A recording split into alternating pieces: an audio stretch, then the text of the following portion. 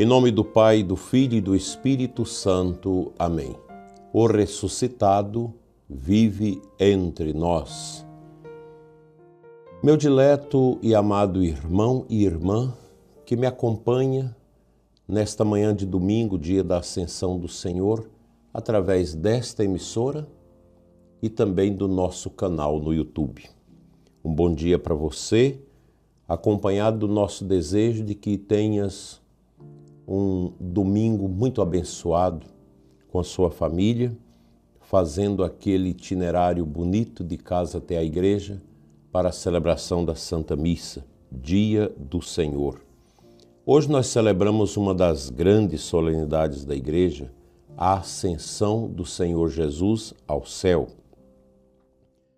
Cristo sobe ao céu diante dos discípulos, mas não para abandonar a humanidade. Ao contrário, nosso Senhor inaugura uma nova forma de presença. Por isso o tema desta manhã que trago para você é o seguinte: Cristo sobe ao céu e permanece conosco. A ascensão não é despedida triste, é plenitude da missão.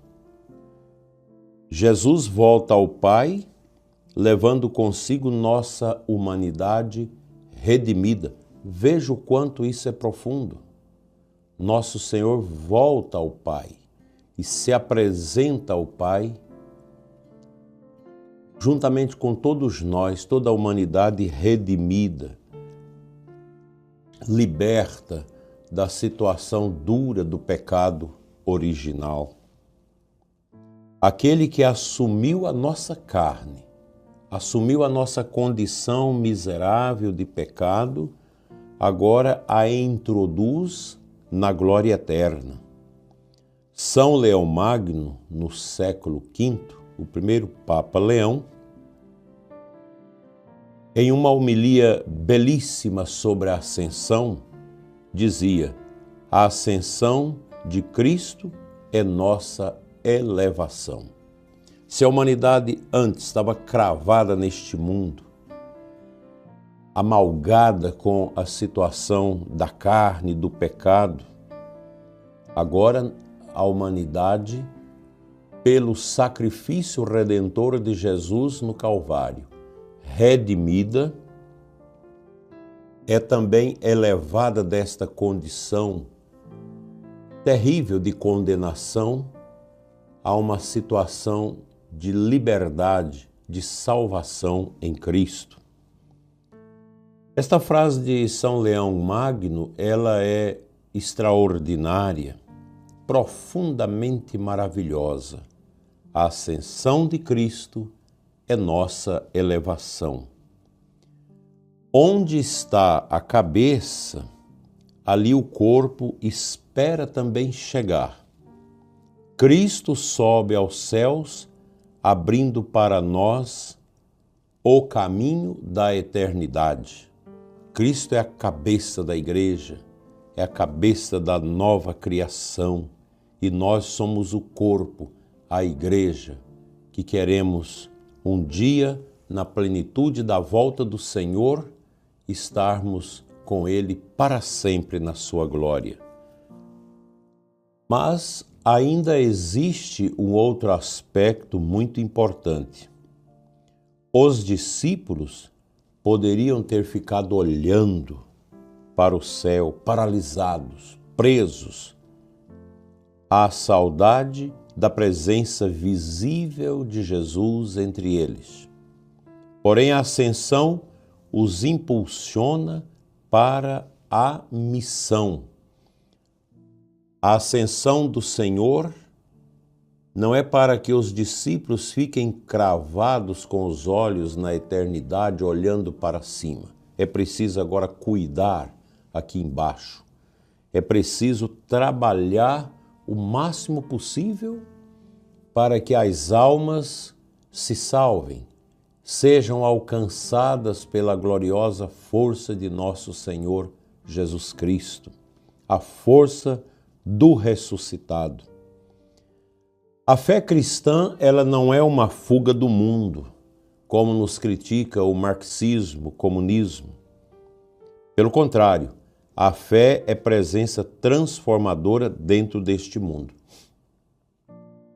Por isso que todos os regimes totalitários e ateus odeiam os cristãos. O fascismo, o marxismo cultural, o comunismo, o socialismo, que pregam o paraíso aqui na terra e escamoteia toda a revelação divina, tudo aquilo que nós compreendemos pela fé, que é a nossa transcendência. Eles ficam só na imanência, só no mundo. Então eles perseguem a igreja. E não pensemos que hoje as coisas estejam todas calmas. Nós estamos vendo aí nas universidades, sobretudo nas federais, a insurgência de grupos de estudantes totalmente ateus, totalmente discípulos destas coisas medonhas, que perseguem os jovens que são cristãos que estão dentro das universidades. Nós temos uma mídia podre, essa grande mídia que é podre, sempre foi podre, sempre procurou destruir a família, a igreja promovendo tudo aquilo que leva a pessoa humana a cravar sua vida neste mundo, que é também antitranscendência. Não vamos pensar que a Globo vai pregar, vai deixar que esta ideia cristã da transcendência, do mundo eterno com Deus, apareça nos seus quadros. De maneira alguma. Pelo contrário, quando se tem as novelas, sempre as coloca como sendo portadoras dessa mensagem meramente horizontal, somente aqui no mundo. Daí que o católico precisa estar muito ligado à palavra de Deus, ao catecismo da igreja, aos bons livros, como os livros de Fulton Sheen, para exatamente cultivar um esquema de compreensão da realidade fora desse esquema do paganismo, do materialismo, do ateísmo. Porque o ateísmo não responde às inquietações humanas, e muito menos o fascismo e o comunismo. A gente sabe o que esses regimes deixam atrás de si, um rastro de morte, de angústia, de sofrimento, de tristeza e de desolação, porque exatamente blinda as pessoas de alcançar os seus sonhos de liberdade, de prosperidade. Daí que nós cristãos devemos ter uma aversão profunda a esses sistemas, a essas ideologias que muitos partidos aqui no Brasil veiculam. Basta ler o projeto deles. Contra a vida, contra a religião, contra a fé, contra a liberdade, contra a propriedade privada. Ou seja, são regimes totalitários que querem castrar as pessoas nos seus direitos fundamentais. E eles nos atacam dizendo que o cristianismo é um elixir, é o ópio do povo, como diria Karl Marx, que serve para ajudar os ricos que têm muita condição, para conformar os escravos, os sofredores. O cristianismo é isso. O cristianismo é mistério, tanto que o cristianismo não condena quem consegue ajuntar bens pelo trabalho, pela honestidade, desde que esses bens estejam ordenados também ao próprio Deus. Então, a presença transformadora do cristianismo dentro do mundo é fantástica, porque o cristianismo produziu cultura, as primeiras universidades, agiu também como grande fomento da ciência. A igreja não é contra o progresso dos homens, mas a igreja, o cristianismo, tem algo que insulta os totalitários e o sistema ateísta, que é a nossa predileção pela liberdade, pelo amor e pela prosperidade. São Daniel Comboni, no século XIX, grande missionário, dizia: o missionário deve estar pronto para tudo, até para dar a própria vida.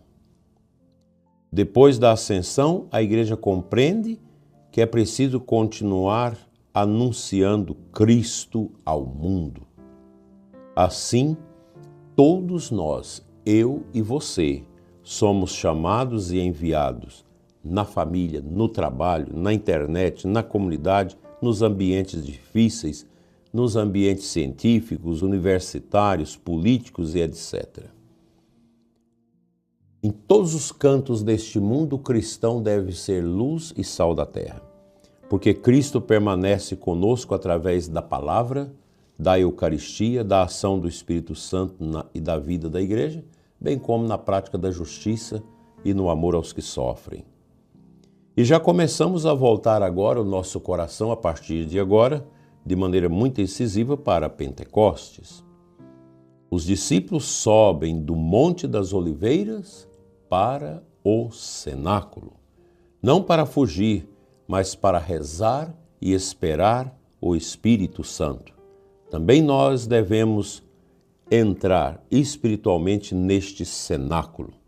É tempo de pedir fogo novo, renovação interior, coragem e santidade. Amém.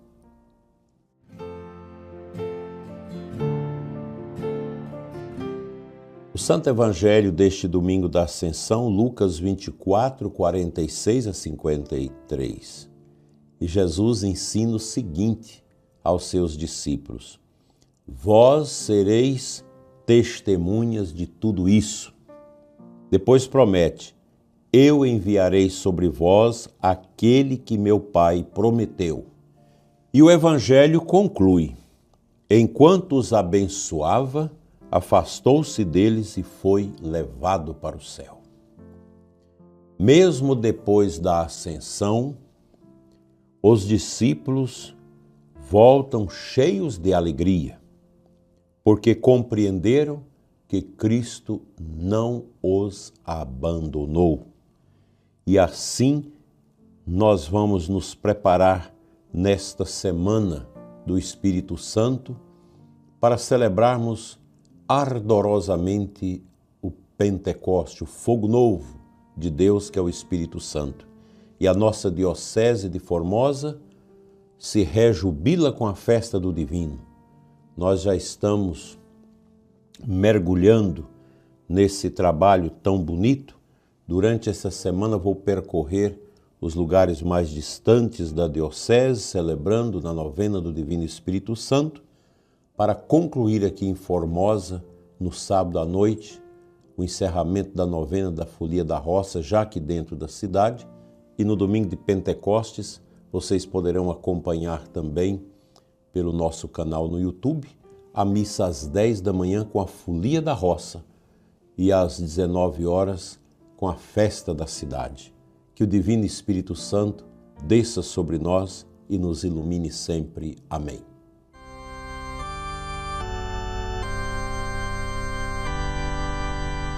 Te convido à oração em espírito, todos juntos. Vamos orar neste domingo maravilhoso. Senhor Jesus, tu subistes ao céu, mas permaneces conosco. Eleva também nosso coração, para que não vivamos presos apenas às coisas passageiras. Dá-nos coragem para testemunhar a fé, esperança nas dificuldades e desejo sincero das coisas eternas.